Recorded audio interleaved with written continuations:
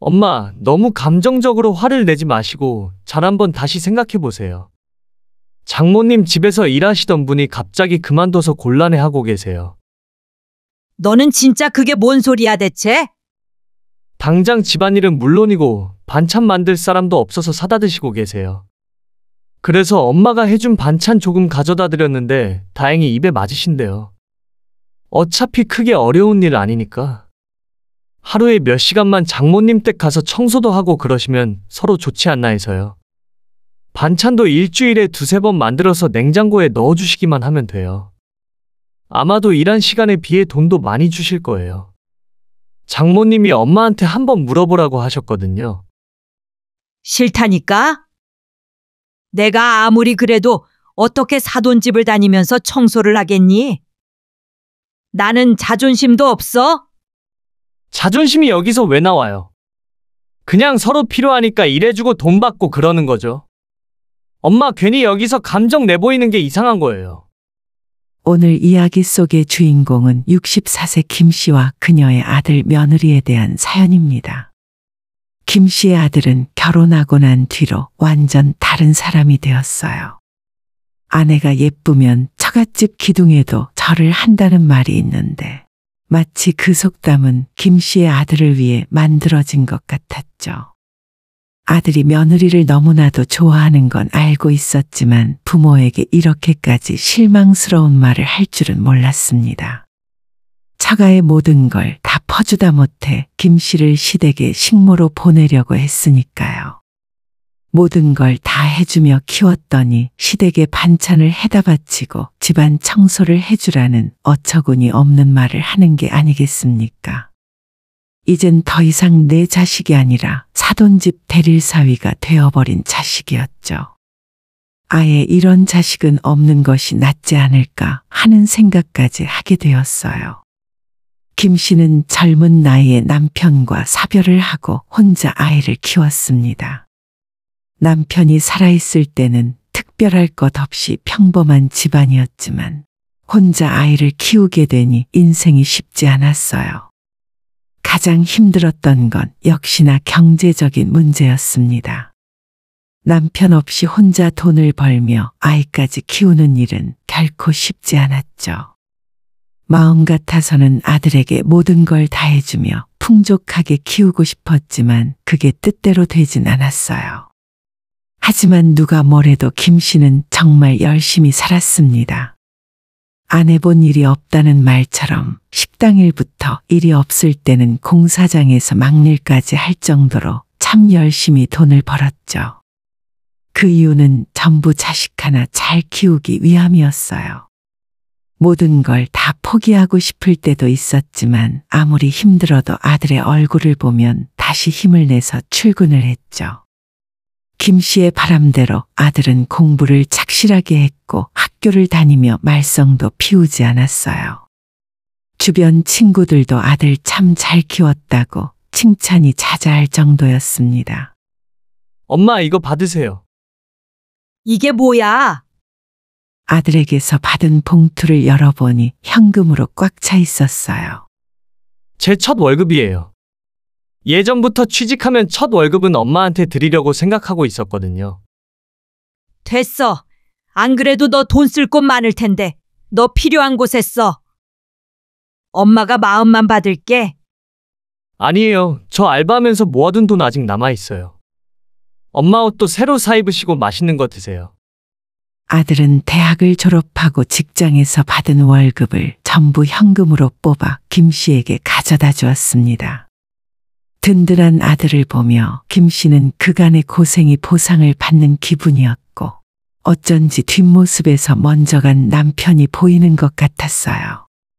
아들의 나이가 32살이 넘었을 때 여자친구와 결혼하고 싶다 말했어요.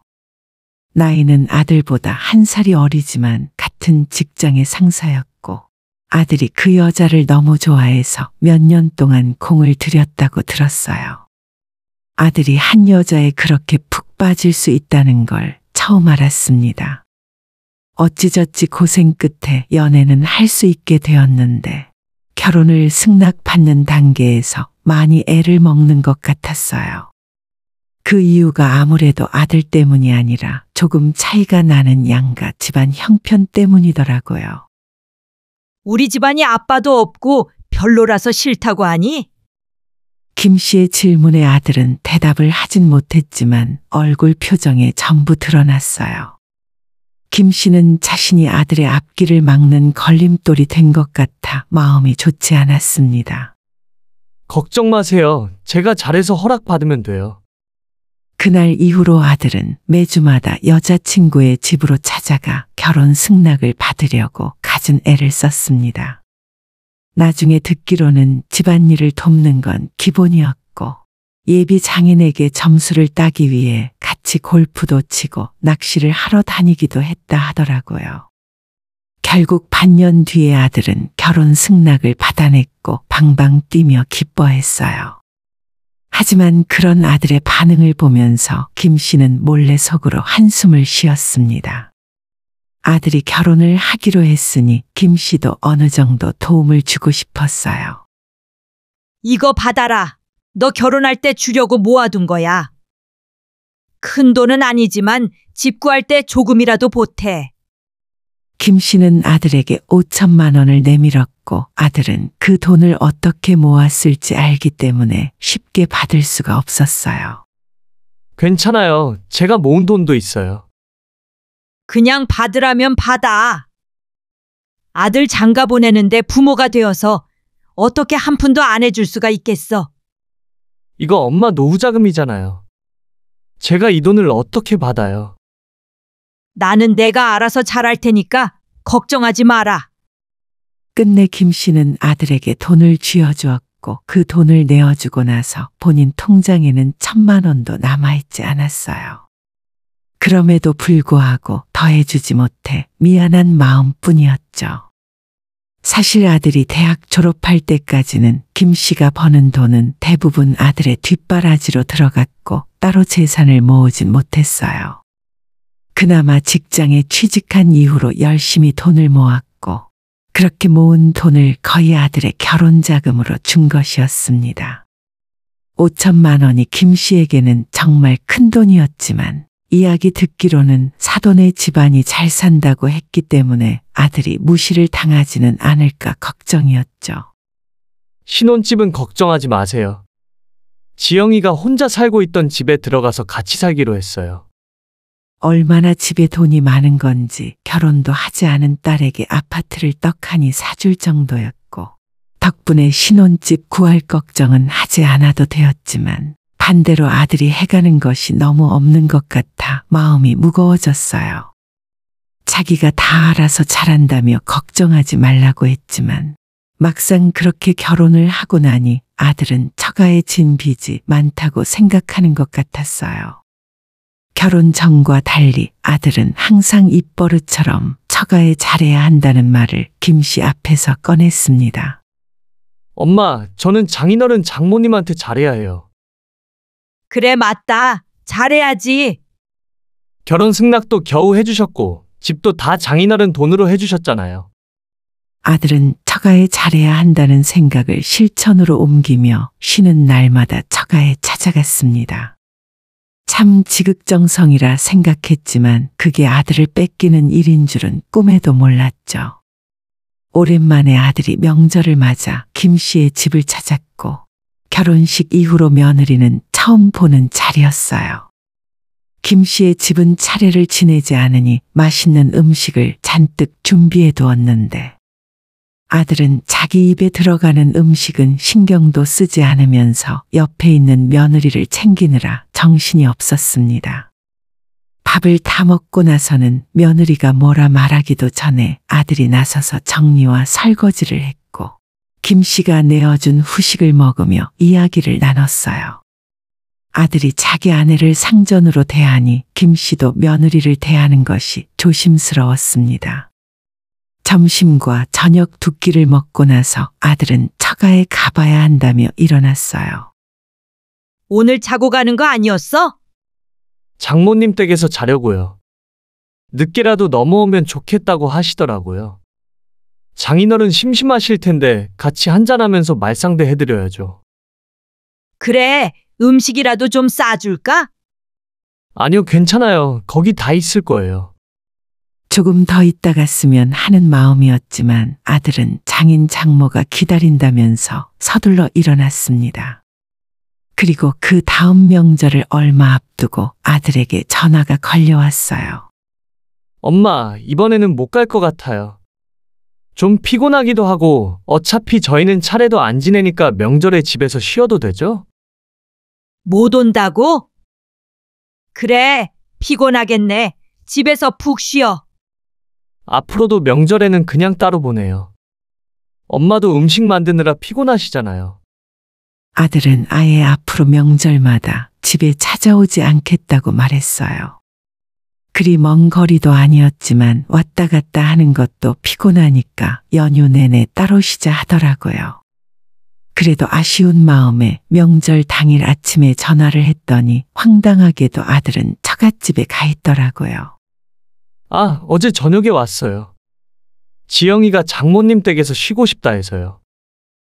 그러니? 난 너희들이 집에 있는 줄 알고. 피곤하다고 김씨 집에는 오지도 못하겠다 하더니 처갓집에는 잘만 가더라고요. 김씨의 목소리가 약간 서운해하는 기색을 보이자 아들은 바로 변명을 늘어놓았죠. 제가 다음에 따로 엄마 집에도 찾아뵐게요. 아시다시피 장모님 댁이 저희 집에서 조금 더 가깝잖아요. 저 지금 전화 오래 하긴 좀 곤란해서 다음에 다시 전화 드릴게요. 아들이 곤란해하는 것 같자 김씨는 얼른 전화를 끊었습니다. 전화를 끊고 나니 계속 생각이 나고 마음은 싱숭생숭해졌어요. 김씨에게도 재산이 많고 자식에게 큰 도움을 줄 수 있었다면 명절에 따로 부르지 않아도 알아서 찾아오지 않았을까 하는 생각이었죠. 그로부터 얼마 후 며느리의 생일이 다가왔고 김씨는 아들에게 물어 며느리에게 30만 원의 용돈을 보냈습니다. 하지만 30분도 지나지 않아서 김씨에게 그 돈이 고스란히 다시 돌아왔어요. 생일에 맛있는 거 먹으라고 보낸 거야. 따로 선물은 못 사줘도 밥은 한 끼 사주고 싶어서 그래. 아니에요, 어머님. 저 밥 잘 먹고 다녀요. 이 돈은 그냥 어머님 용돈 쓰세요. 며느리의 예의 바르면서도 단호한 말투에 김씨는 더 이상 아무 말도 하지 못했습니다. 기분은 조금 상했지만 내색하지 않았어요.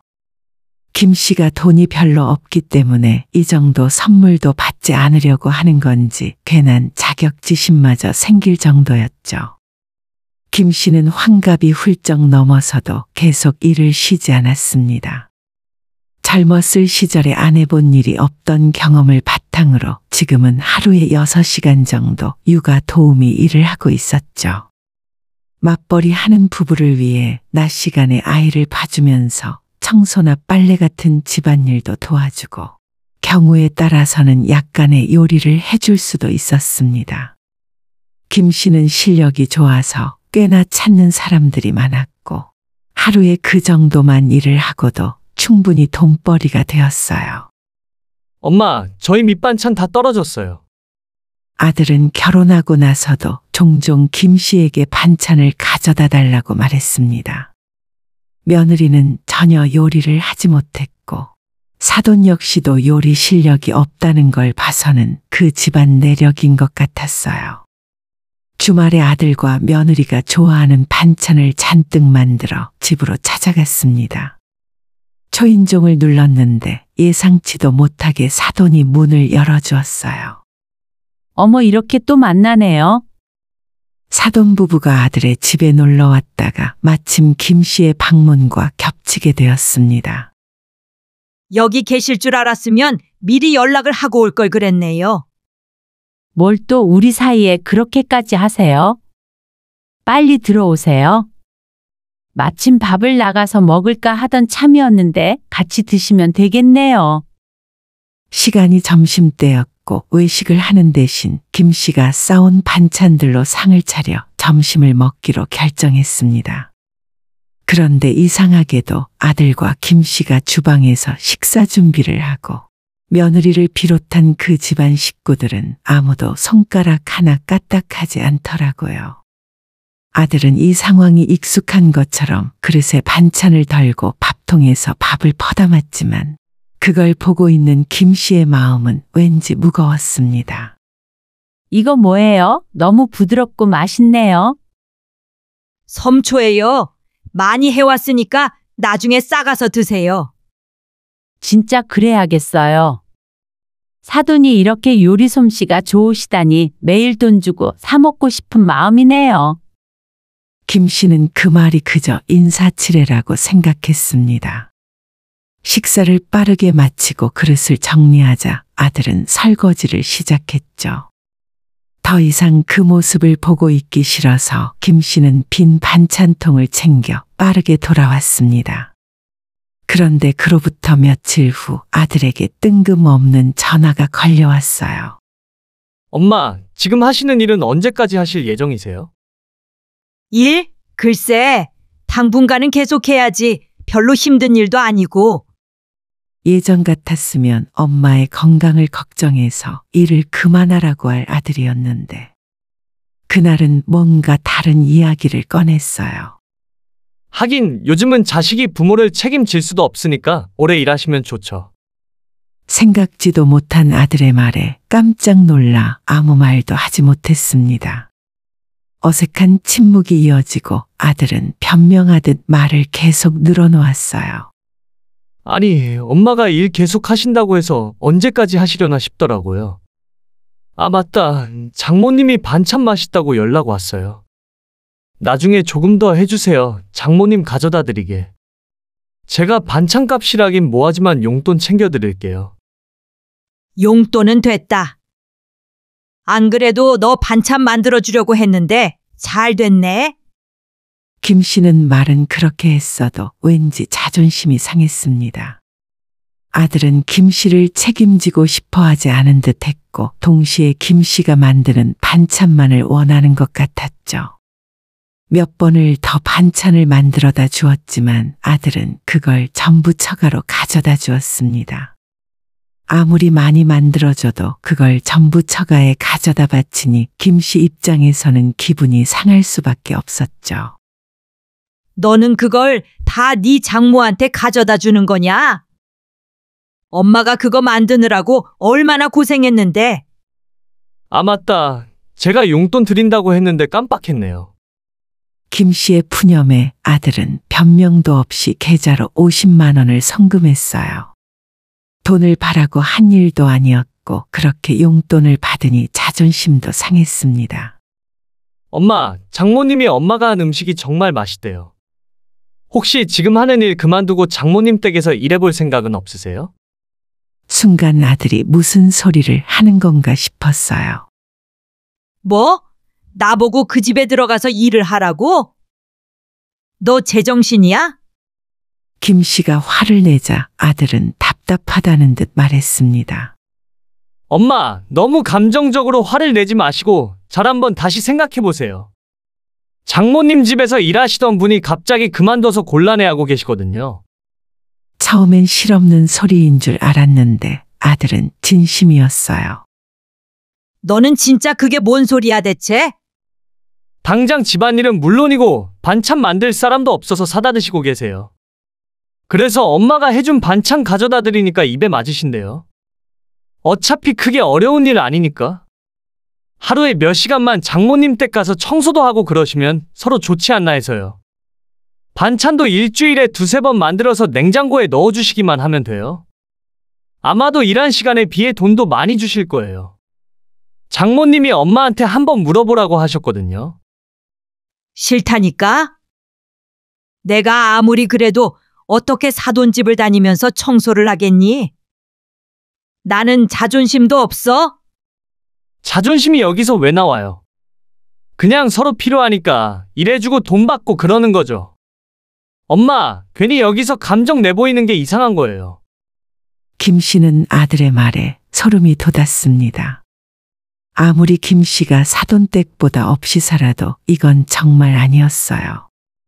어떻게 자기 엄마를 장모 밑에서 파추리를 하라고 시킬 수가 있는 건지. 당장이라도 욕을 한 바가지 쏟아내고 싶은 심정이었습니다. 아들도 싫다는 사람 억지로 시킬 수도 없으니 그날 전화는 그렇게 끊게 되었고 김 씨는 한동안 넋나간 사람처럼 멍하니 지냈어요. 아들의 말이 잊혀지지 않았고 사돈이 김 씨를 얼마나 낮잡아 봤으면 그런 제안을 했을까 싶었습니다.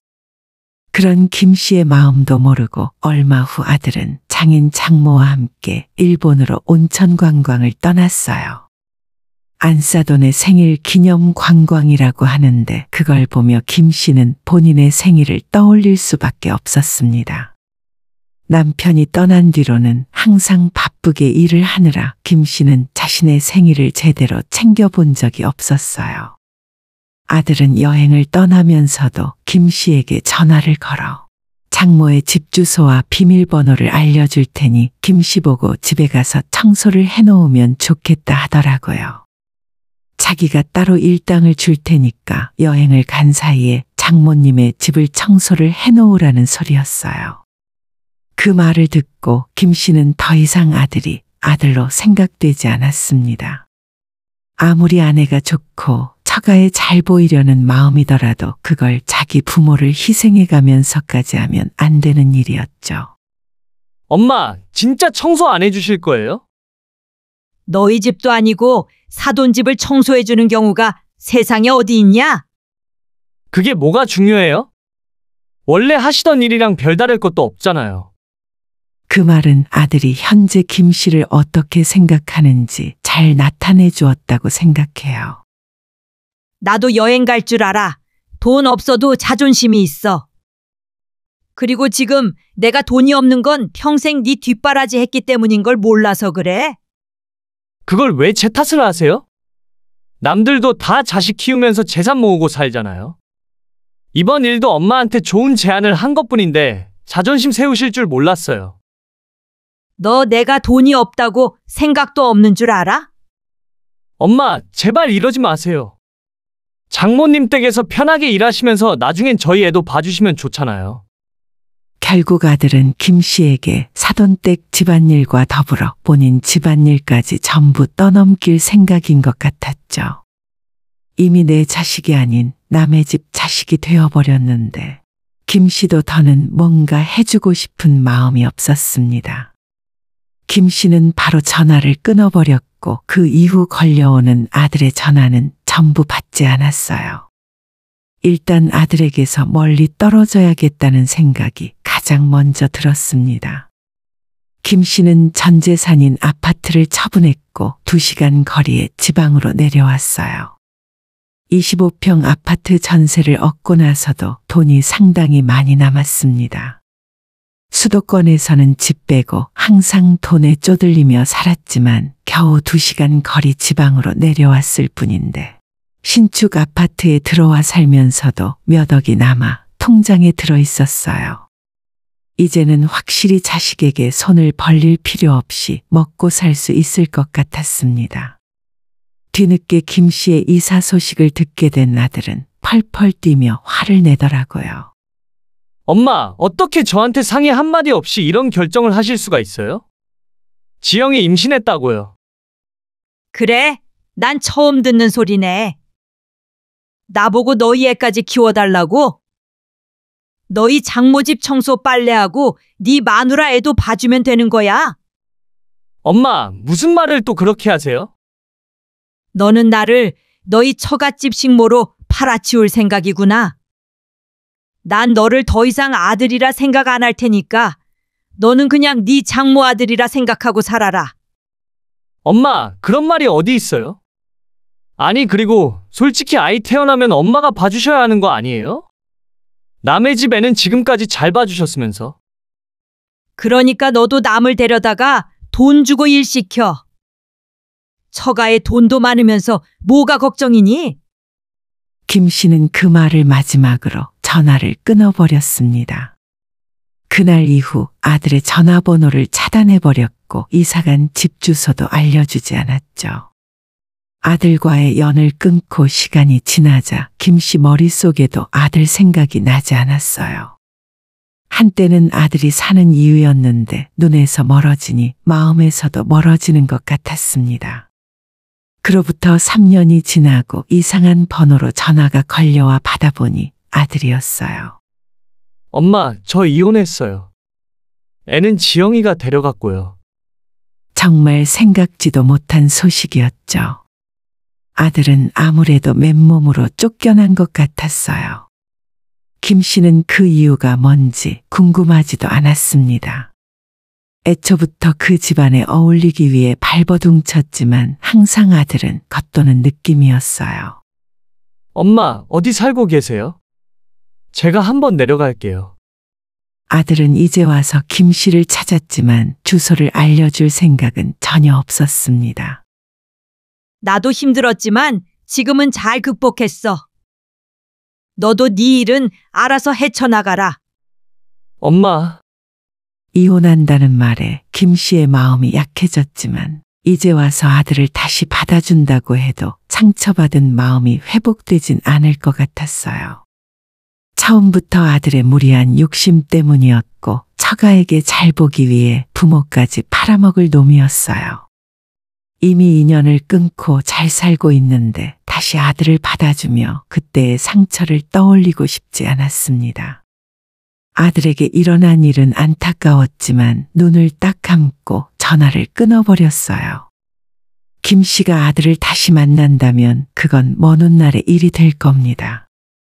지금은 만나봤자 서로 상처만 늘어날 뿐이었죠. 오늘의 영상은 여기까지입니다. 이 글을 보신 모든 분들의 노년에 웃음과 행복만 가득하기를 기원합니다.